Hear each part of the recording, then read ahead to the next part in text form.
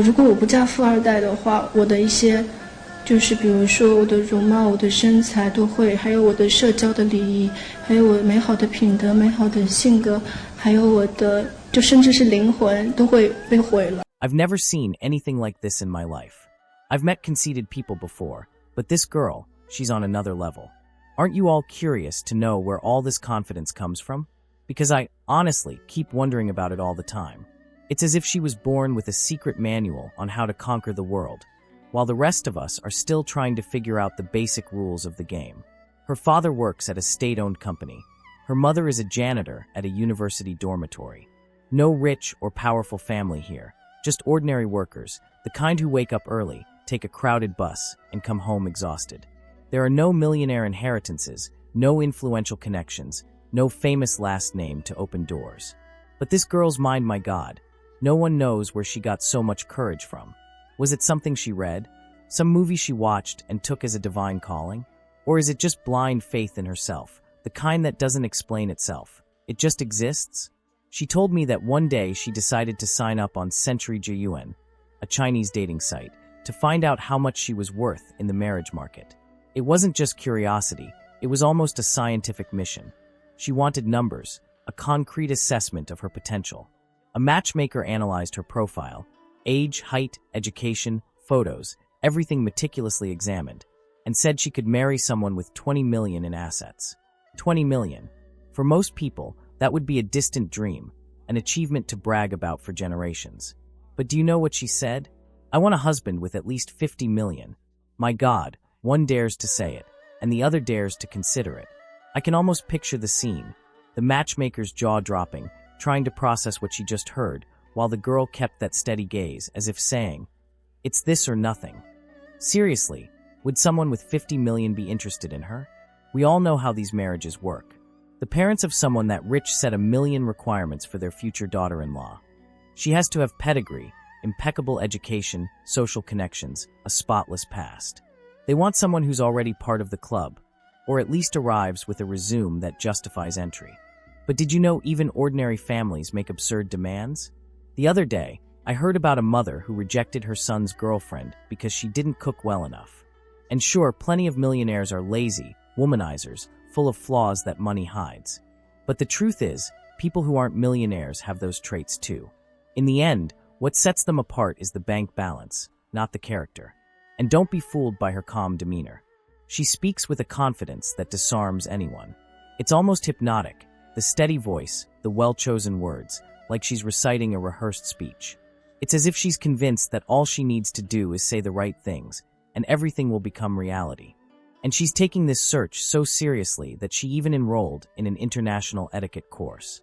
Yes, she spends hours learning how to hold cutlery, how to make a perfect curtsy, how to talk about expensive wines she's never tasted. She's determined to join high society and won't settle for less. It's like she already sees herself in a grand ballroom, surrounded by important people, while the rest of the world watches from afar, trying to figure out how she got there.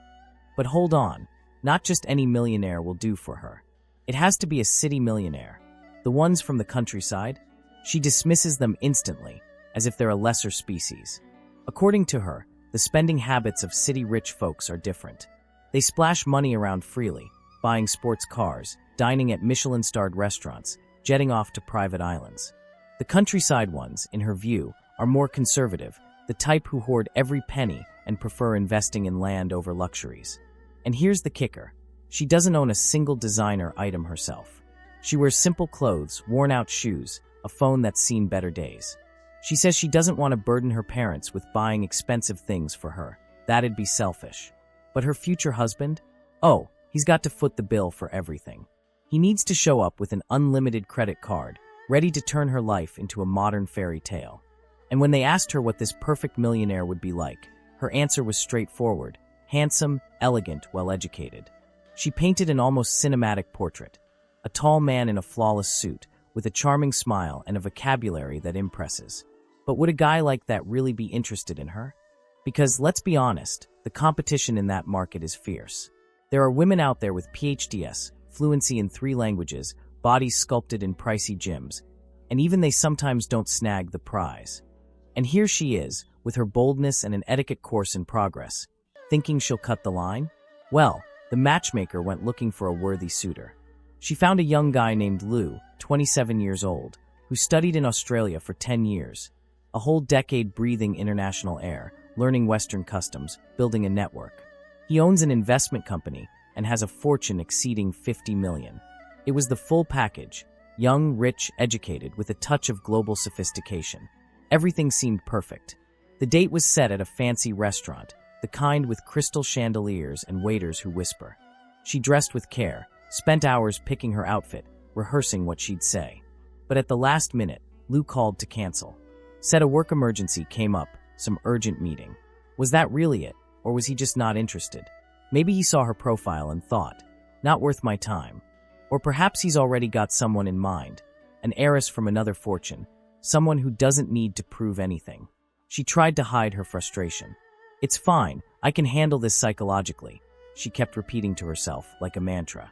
But you could taste the bitterness of rejection. In her eyes, you could see that flicker of disappointment mixed with stubborn determination. She wasn't giving up that easily, it was obvious.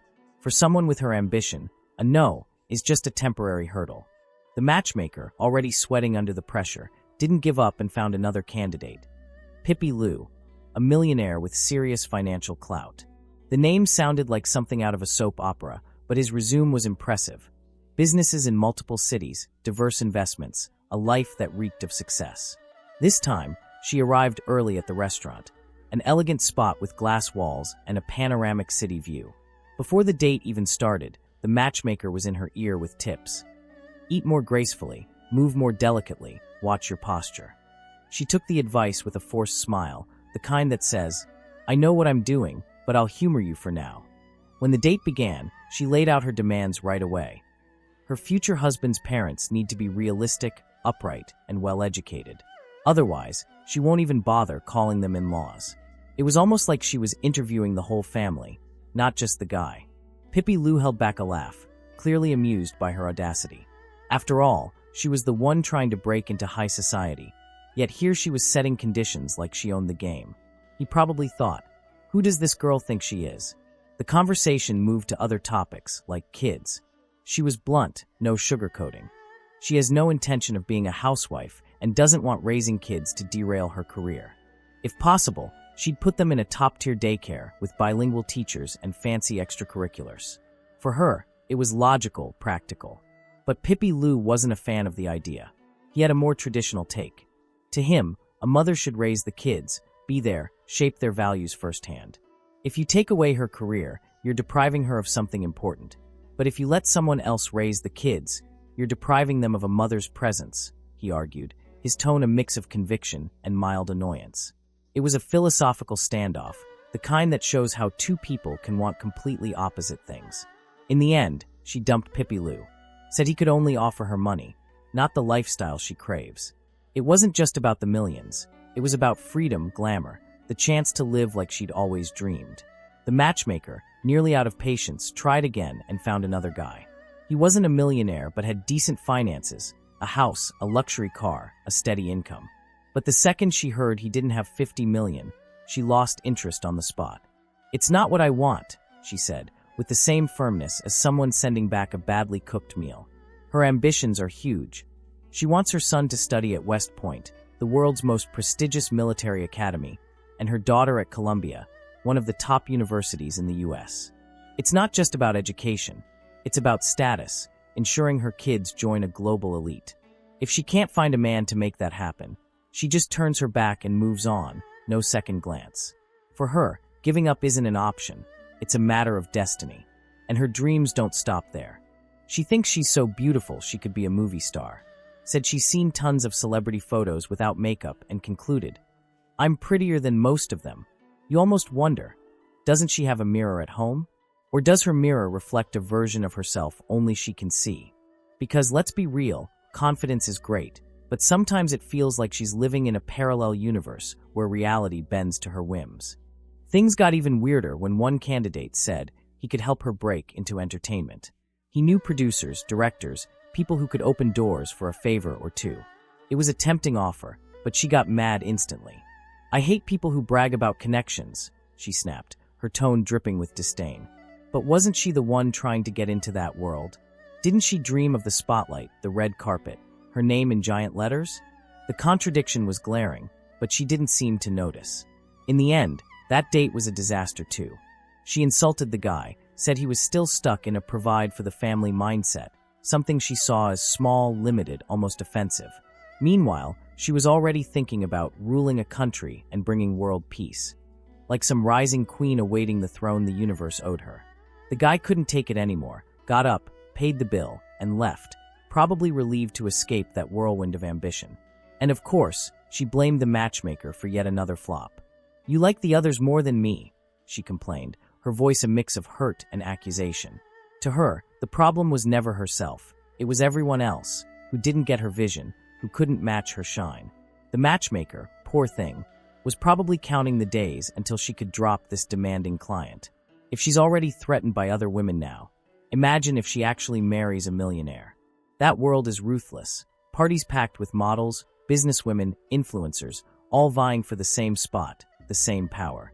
She'd have to fight tooth and nail to hold on to the place she wants so badly. And knowing her temper, she'd probably blame her husband for any slip-up, saying he didn't protect her enough. Her journey's far from over. Even after so many failed dates, she still believes she's on the right path. Every rejection is just another step, proof the universe is testing her resolve. Who knows how many more she'll turn down before she realizes she might need to rethink her expectations. Or maybe she never will. Maybe she'll keep up this endless chase, always thinking the next guy will be the one, that the next yes will unlock the paradise she's imagined. And meanwhile, we watch, half fascinated, half baffled, trying to figure out just how far this confidence will take her. But now, I want to hear your opinion on this story. What do you think? To me, it's the same thing I always talk about in my videos about leftover women in China. Most of them, when they were young, had a line of suitors from the richest to the poorest. But in this woman's case, she wants to marry into old money families, and that just doesn't happen unless you're already at their social level. In the end, it's the same illusion, the dream of a millionaire Prince Charming who will show up and provide a perfect life even when she has nothing to offer in return. But reality, as I always say in these cases, is very different. If these women don't lower their standards, there's only one outcome, ending up alone. Because, in the end, there's always a consolation prize, someone willing to sponsor any kind of woman. I'll wrap up the video here. If you enjoyed it, leave a like and subscribe for more content like this. See you in the next video.